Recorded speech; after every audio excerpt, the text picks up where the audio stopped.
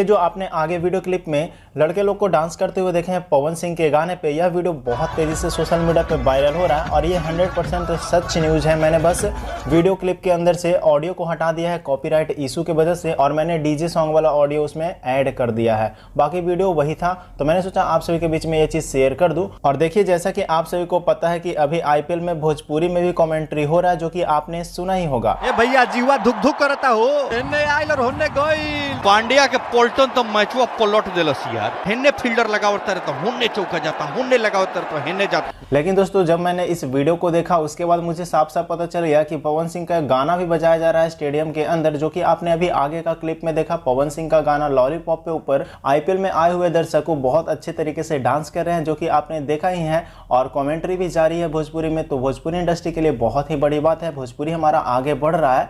और दोस्तों बस यही अपडेट था, तो मैंने सोचा आप सभी के बीच में शेयर कर दूं। वीडियो अच्छा लगा तो वीडियो को लाइक करके शेयर कर दीजिएगा, ताकि पवन सिंह के तमाम फैंस के पास ये वीडियो पहुंच जाए, साथ में भोजपुरी के तमाम फैंस के पास में ये वीडियो पहुंच जाए। तो चलिए मिलते हैं किसी नए वीडियो के साथ में, तब तक के लिए धन्यवाद दोस्तों।